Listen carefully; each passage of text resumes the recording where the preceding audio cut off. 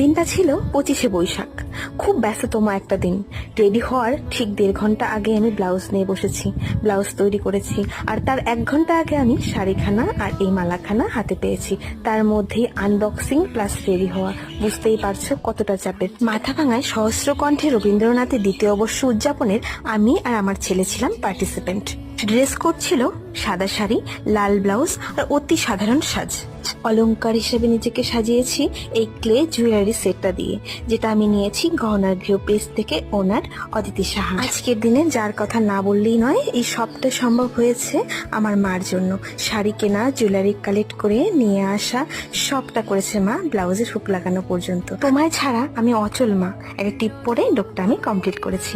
আজ আমায় নয়, জুয়েলারি সেটটা কেমন লাগলো অবশ্যই জানিও। আর all type of handmade jewellery পেতে তোমরা পেজটি ভিজিট করতে পারো, আমি ট্যাগ করে দেবো। ভালো থাকুক সকল মা।